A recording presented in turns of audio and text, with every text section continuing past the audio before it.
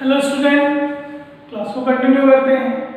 Last दो topic मैंने आपको बताया था, पहला केमिकल फॉर्मूला बनाना और दूसरा बताया था मैंने पदार्थ या द्रव्य या मेटल के बारे में। ठीक है, आज जो अपना टॉपिक है वो है परमाणु द्रव्यमान इकाई, एटॉमिक मास यूनिट। ठीक है भाई, आपने छोटी क्लासों में पढ़ा हुआ है कि परमाणु, अणु, ये सब जो होते हैं बहुत ही सूक्ष्मतम कण होते हैं, बहुत छोटे कण होते हैं, अति सूक्ष्म कण होते हैं। ठीक है, अतः इनके द्रव्यमान को पूर्णांक में व्यक्त करने के लिए जिस इकाई का उपयोग किया जाता है उसे परमाणु द्रव्यमान इकाई, एटॉमिक मास यूनिट, एएमयू या यू भी इसे कहा जाता है। ठीक है, अब देखते हैं कि भाई एक एएमयू है क्या, किसे कहते हैं एक एएमयू। भाई जैसे अपन कह रहे हैं कि द्रव्यमान को पूर्णांक में व्यक्त करने की इकाई है, तो हम जानते हैं जैसे 1 किलोग्राम में 1000 ग्राम होते हैं। तो भाई अब बताएं क्या कि एक एएमयू में कितने ग्राम होते हैं। तो ये बताने के लिए एसआई तंत्र के अनुसार कार्बन के समस्थानिक कार्बन 12, ठीक है, कार्बन के समस्थानिक 3 समस्थानिक होते हैं, 12, 13 और 14। ये परमाणु क्रमांक है। समस्थानिक आप जानते हो क्या है, पढ़ रखा है आपने कि जिनके क्या हो, परमाणु क्रमांक तो समान होता है परंतु परमाणु भार भिन्न भिन्न होता है। ठीक है, तो अब देखिए इसमें हमने कौन सा लिया, कार्बन के समस्थानिक कार्बन 12 के एक परमाणु के द्रव्यमान का 1/12वां भाग जो होता है उसे एएमयू कहते हैं। यानी कार्बन 12 के एक परमाणु का द्रव्यमान यहां पर मैंने बताया कितना, 1.992 × 10⁻⁻23 ग्राम होता है। ठीक है, तो अतः एक एएमयू बराबर क्या होगा, 1.992 × 10⁻⁻23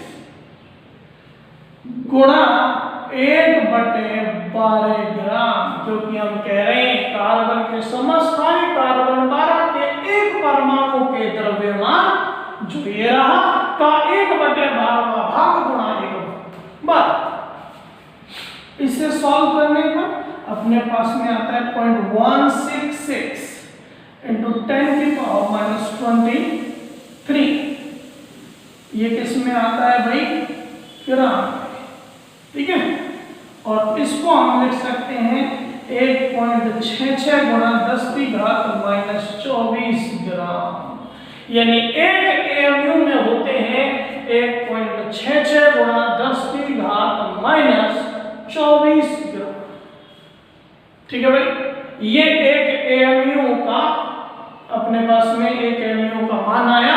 ठीक, अब देखते हैं इसके बाद में परमाणु द्रव्यमान संख्या, atomic mass number. Atomic mass number किसी भी परमाणु का, किसी भी तत्व के एक परमाणु के द्रव्यमान में, तत्व के एक परमाणु के द्रव्यमान में एक एएमयू का भाग देने पर जो पूर्णांक राशि प्राप्त होती है वह उस तत्व की द्रव्यमान संख्या, मास नंबर या एटॉमिक मास नंबर कहलाती है। ठीक है, यानी द्रव्यमान संख्या कैसे निकलेगी किसी भी तत्व की, उसके एक परमाणु के द्रव्यमान में एक एएमयू का भाग दे दीजिए आप। ठीक है, द्रव्यमान संख्या बराबर तत्व के एक परमाणु का द्रव्यमान ग्राम में, ठीक है, बटे एक एएमयू। इसको हम ऐसा भी लिख सकते हैं, तत्व के एक परमाणु का द्रव्यमान इसमें बेटा ग्राम में, बटे एक एएमयू का मान मैंने बताया 1.66 × 10⁻⁻24 ग्राम। ठीक है भाई, तो ये अपने पास में क्या आई, द्रव्यमान संख्या। जैसे एक प्रश्न लेते हैं हम, क्या क्या है प्रश्न कि एक तत्व के एक परमाणु का द्रव्यमान, एक परमाणु का द्रव्यमान 2.66 गुणा 10 की पावर -23 ग्राम है। तो उस तत्व को पहचानिए, यानी उसकी पहले आप द्रव्यमान संख्या निकाल लीजिए। द्रव्यमान संख्या क्या बाद में हम बता सकते हैं वह तत्व कौन सा होगा। तो देखिए द्रव्यमान संख्या कैसे निकलेगी। द्रव्यमान संख्या बराबर हम जानते हैं क्या बेटा बोलो, तत्व के एक परमाणु का द्रव्यमान बटे क्या आएगा, एक AMU 1.66 गुणा 10 की पावर -24 ग्राम। ठीक है भाई। अब देखो इसमें आप तत्व के एक परमाणु का द्रव्यमान जो है अपने पास में कितना, ये है 2.66 गुणा 10 की पावर -23 और ये हो गया 1.66 गुणा 10 की पावर -24। ठीक है। अब देखो आप इसका इसमें भाग देते हैं तो ये आता है 1.6, 10 की घात -24 जाएगा, ऊपर हो गया +24, +24 में से 23 गया तो 10 की घात 1, यानी ये बन गया 16। और 16 किसकी द्रव्यमान संख्या होती है, 16 होती है तत्व किसकी, ऑक्सीजन की द्रव्यमान संख्या होती है। अतः ये है तत्व ऑक्सीजन होगा। ठीक है भाई, क्योंकि 16 जो है वो द्रव्यमान संख्या है किसकी, ऑक्सीजन की। प्रश्न पूछ रहा है वह तत्व कौन सा होगा, उसको पहचानिए, तो वह होगा कौन सा, ऑक्सीजन। और देखिए इसमें एक प्रश्न देख सकते हो,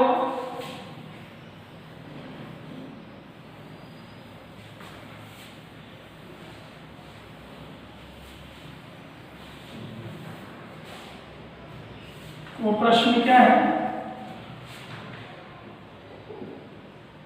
एक तत्व के दो परमाणुओं का द्रव्यमान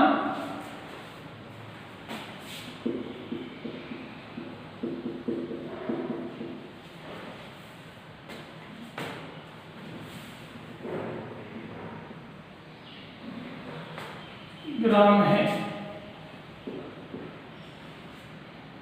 तो तत्व को पहचानिए, तो तत्व को पहचानिए।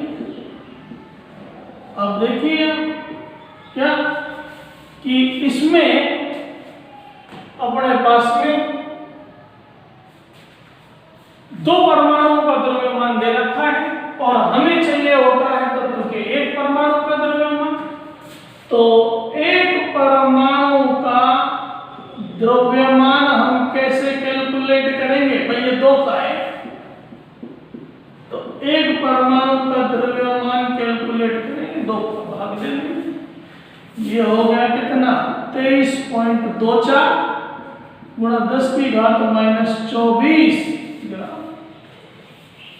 अब देखें क्या निकालनी है अपने को, द्रव्यमान संख्या, और उसके बाद अपने को पहचानना है तत्व। तो द्रव्यमान संख्या जो है वो अपने पास में देखिए ये हो जाएगी 23.24 गुणा 10 की घात -24, यानी एक परमाणु का क्या बेटा बोलो द्रव्यमान बटे एक AMU, यानी एक AMU यानी 23.24 गुणा 10 की घात -24 बटे 1.66 गुणा 10 की घात -24। ये लगभग आता है आपका 14, यानी किसी तत्व जिसकी द्रव्यमान संख्या 14 है तो वह होगा कौन सा, नाइट्रोजन। ठीक है भाई। और देखिए आप इसमें और प्रश्न अब देखो जैसे यहां पर कि अभी आपने द्रव्यमान संख्या कैलकुलेट करी कि द्रव्यमान संख्या आप कैसे निकाल सकते हो, किसी तत्व के एक परमाणु के द्रव्यमान में एक एमयू का भाग देने पर जो पूर्णांक राशि प्राप्त हुई उसे आपने क्या कहा, उस तत्व की द्रव्यमान संख्या। अब मैंने आपको द्रव्यमान संख्या दे रखी है और आपसे उस तत्व का एक परमाणु का द्रव्यमान पूछा जा रहा है। ठीक है भाई, मेरा प्रश्न सुनिए कि मैंने आपको द्रव्यमान संख्या दे रखी है और आपसे उसके एक परमाणु का द्रव्यमान पूछा जा रहा है। तो एक परमाणु का द्रव्यमान कैसे निकालेंगे, द्रव्यमान संख्या को गुणा कर देंगे AMU से, यानी तत्व के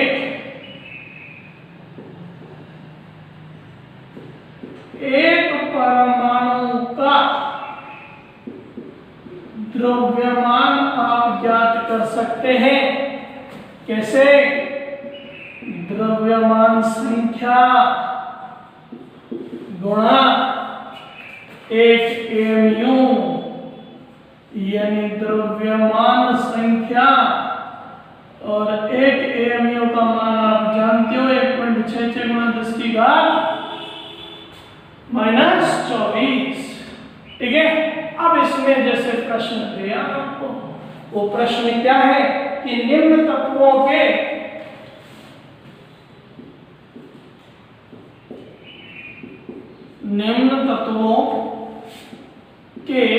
एक परमाणु का द्रव्यमान ज्ञात करो। ठीक है, जिसमें सबसे पहला है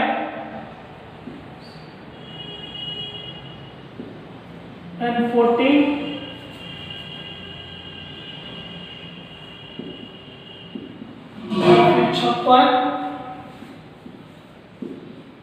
आयोडीन 127। ठीक है भाई, एक परमाणु का द्रव्यमान ज्ञात करना है हमें। तो देखिए आप कैसे ज्ञात करेंगे। इसे ज्ञात करने के लिए अपन क्या करेंगे, यहां पर देखो एक परमाणु का द्रव्यमान ज्ञात करना है तो सबसे पहली बात, जैसे Fe का करना है या नाइट्रोजन का करना है, तो इसमें एक परमाणु का द्रव्यमान बराबर होगा, क्या बेटा बोलो, द्रव्यमान संख्या गुणा कितना हो जाएगा, एक AMU, यानी द्रव्यमान संख्या है कितनी 14 और गुणा कर दो कितने से, ये गुणा कर दिया हमने, देखो कितने से 1.66 गुणा 10 की घात -24।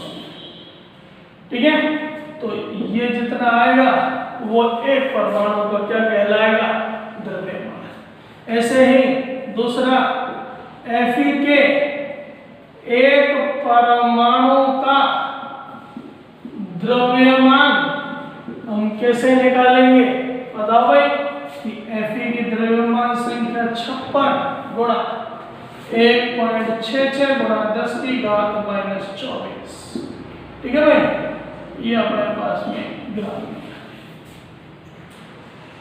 तो ये मैंने आपको बताया एटॉमिक मास यूनिट, परमाणु द्रव्यमान संख्या और एटॉमिक मास नंबर, परमाणु द्रव्यमान संख्या और एटॉमिक मास यूनिट, परमाणु द्रव्यमान इकाई।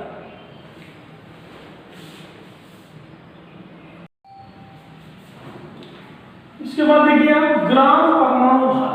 ठीक है, अभी हमने पढ़ा परमाणु भार, तो यदि तत्व के एक परमाणु के द्रव्यमान को ग्राम में प्रदर्शित किया जाए, ज्ञान में व्यक्त किया जाए, तो वह उस तत्व का ग्राम परमाणु भार कहलाता है। यह तत्व के एक मोल परमाणुओं का भार होता है, यानी वह क्या होगा, ग्राम परमाणु भार। वह एक तत्व पर नहीं, वह तत्व के एक मोल परमाणुओं का भार होता है। अभी मोल कंसेप्ट आप आगे पढ़ोगे तो आपको समझ में आएगा। ठीक है, ग्राम परमाणु भार यानी GAM जो है अपने पास, ग्राम एटॉमिक मास जो होगा वो तत्व के एक परमाणु के द्रव्यमान को गुणा कर दीजिए आप, अवोगाद्रो संख्या 6.023 गुणा 10⁻23, तो आपके पास में उस तत्व का ग्राम परमाणु भार आ जाएगा। यानी अब देखिए कि जैसे एक प्रश्न में यदि एक तत्व की द्रव्यमान संख्या 2.56 गुणा 10⁻23 ग्राम हो तो उस तत्व का ग्राम परमाणु भार क्या होगा, और उस तत्व को पहचानिए। तो देखिए ग्राम एटॉमिक मास जो है उसका सूत्र है एक परमाणु का द्रव्यमान जो दे रखा है अपने को 2.56 गुणा 10⁻23 गुणा 6.023 गुणा 10⁻23। ये सॉल्व करने पर 15.4 है, जिसे हम लगभग बराबर मान सकते हैं 16 के। 16 ग्राम प्रति मोल आते हैं, वह तत्व O होगा, क्योंकि 16 होता है ऑक्सीजन का। अब इसके बाद में देखिए औसत परमाणु भार। औसत परमाणु भार कहाँ काम आता है उसको देखिए कि यदि किसी तत्व के प्रकृति में समस्थानिक होते हैं, समस्थानिक अभी बताया था मैंने, अभी बताया आपको मैंने, समस्थानिक क्या होते हैं कि जिनका परमाणु क्रमांक तो समान हो, परमाणु भार भिन्न भिन्न हो। ठीक है, कार्बन 12, कार्बन 13, कार्बन 14, ये देखिए ये तीनों कार्बन के समस्थानिक है। हाइड्रोजन के H1, H2 और H3, हाइड्रोजन, ड्यूटेरियम, ट्राइटियम। ठीक है भाई, ये देखिए परमाणु भार जो है इनका भिन्न भिन्न है, परंतु परमाणु क्रमांक जो है इनका वो समान होता है। और देखो जैसे क्लोरीन 35 और क्लोरीन 37। ठीक है भाई, तो इनका क्या लिया जाता है, औसत परमाणु भार। साफ साफ लिखा हुआ है कि प्रकृति में यदि तत्व के एक से अधिक समस्थानिक पाए जाते हैं तो उस तत्व का औसत परमाणु भार काम में लिया जाता है। ठीक है, कैसे ज्ञात करते हैं औसत परमाणु भार को, वो देखिए आप।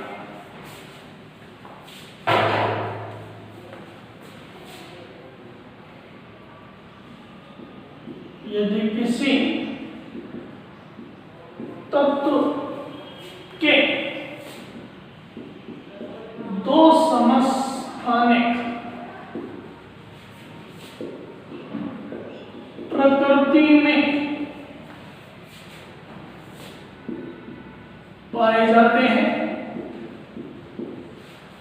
ठीक है, जिनका परमाणु भार क्रमशः A1 व A2 है, तथा प्राकृतिक उपलब्धता यानी प्रकृति में कितना अवेलेबल है, वो कितना उपलब्ध है, नेचर में उनकी अबंडेंस कितनी है। ठीक है, तो प्राकृतिक उपलब्धता या आपेक्षिक बाहुल्यता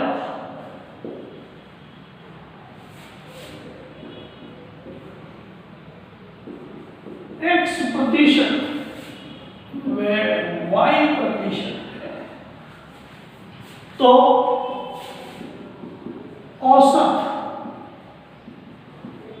परमाणु भार जो होगा वो क्या होगा, पहले समस्थानिक का परमाणु भार गुणा क्या बेटा बोलो, प्राकृतिक उपलब्धता उसकी, प्लस में दूसरे समस्थानिक का परमाणु भार गुणा उसकी उपलब्धता, और ये प्राकृतिक उपलब्धताओं का योग X+Y।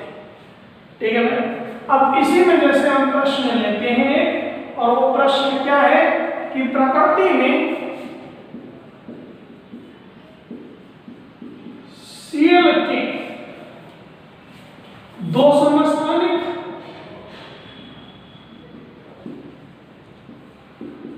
Cl35 व Cl37 है, ठीक है। और इनकी प्राकृतिक उपलब्धता का अनुपात व इनकी प्राकृतिक उपलब्धता का अनुपात 3:1 है। तो Cl का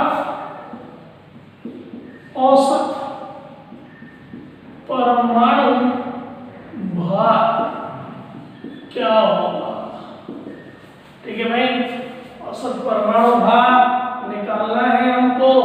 तो औसत परमाणु भार बराबर, देखिए आप क्या कि ये अपने पास में पहला समस्थानिक और इसकी प्राकृतिक उपलब्धता 3 प्लस में दूसरा समस्थानिक जो है अपने पास में कौन सा 37, ठीक, बटे 3 + 1 ये हो गया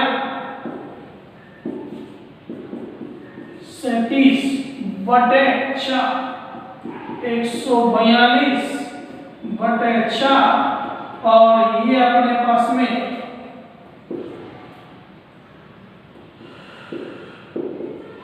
35.5, ठीक है भाई। ये क्लोरीन का क्या हुआ?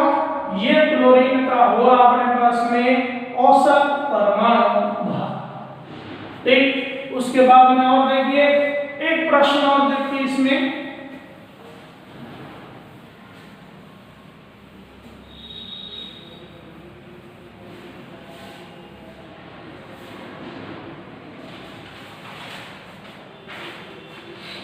प्रश्न है बोरॉन के दो समस्थानिक B10 व B11 प्रकृति में पाए जाते हैं। यदि बोरॉन का औसत परमाणु भार 10.8 है तो समस्थानिकों की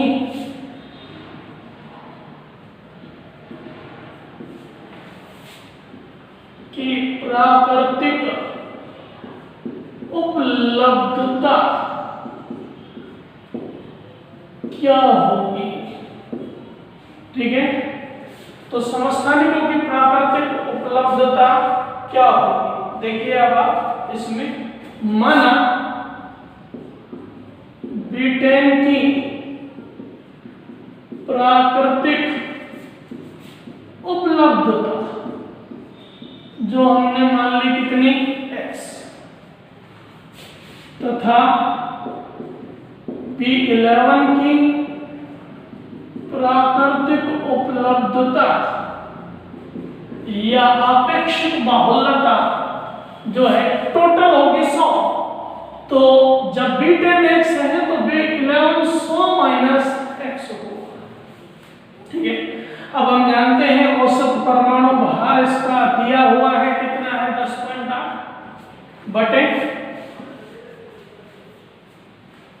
10.8 बराबर, ये देखिए अब 10 × x, B10 की प्राकृतिक उपलब्धता x प्लस 11 × 100 - x बटे टोटल प्राकृतिक उपलब्धता मैंने आपको बताई कितनी 100, तो ये हो गया 100।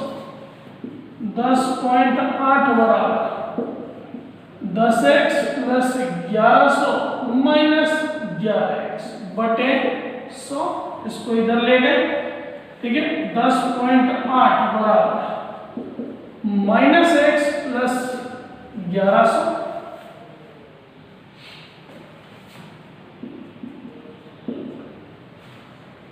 ठीक है भाई। अब देखें आप, ये हो गया 1080 बराबर -x प्लस 1100, ये इधर आया -x प्लस 1100 माइनस 1080, x बराबर कितना आया भाई 20, यानी कि B10 की प्राकृतिक उपलब्धता बराबर 20% और B11 की प्राकृतिक उपलब्धता जो है वो हो गई अपने पास में कितनी, B11 की हो गई 80%। क्यों? क्योंकि 100 माइनस x की वैल्यू आई कितनी 20, 80%। ठीक है, तो औसत परमाणु भार इनके लिए बताइए आप, उन तत्वों के लिए जिनके एक से अधिक क्या होते हैं समस्थानिक, जैसे क्लोरीन के 2 समस्थानिक हैं प्रकृति में, लेकिन क्लोरीन का हम परमाणु भार काम में लेते हैं कितना 33.5। अब देखिए आप कि कुछ तत्वों का परमाणु भार अपने को याद रखना है। अब देखिए किसी भी तत्व को प्रदर्शित करते हैं कैसे, कि ये कोई तत्व है भाई x, ये है अपने पास में परमाणु क्रमांक, ठीक है, और ये है परमाणु भार। ठीक, तो ये Z ले लिया हमने, ये तत्व ले लिया हमने, और ये हमने ले लिया A। ठीक है भाई। अब देखो Z तत्व हाइड्रोजन, हीलियम,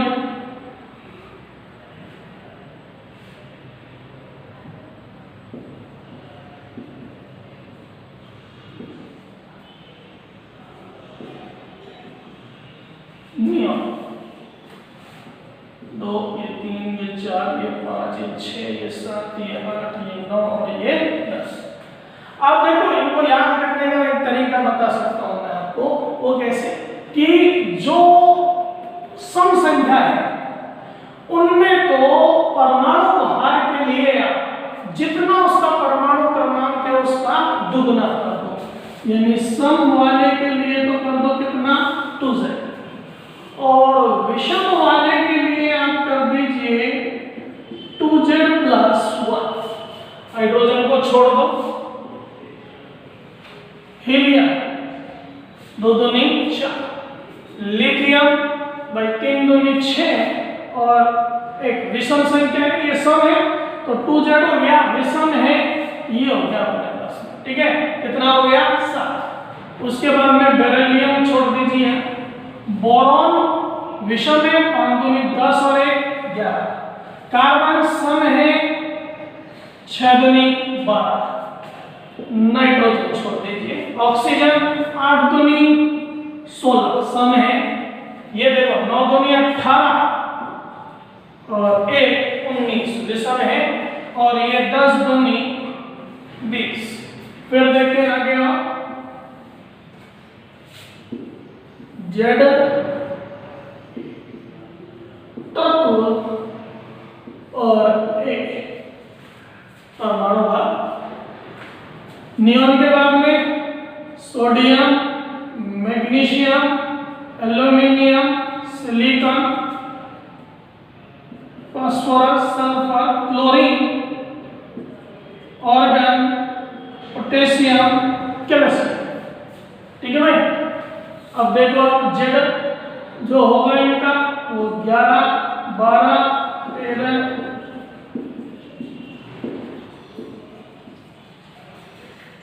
परमाणु भार विषम है 2z प्लस 1 यानी 11 दूनी 22 और 1 23, 12 दूनी 24।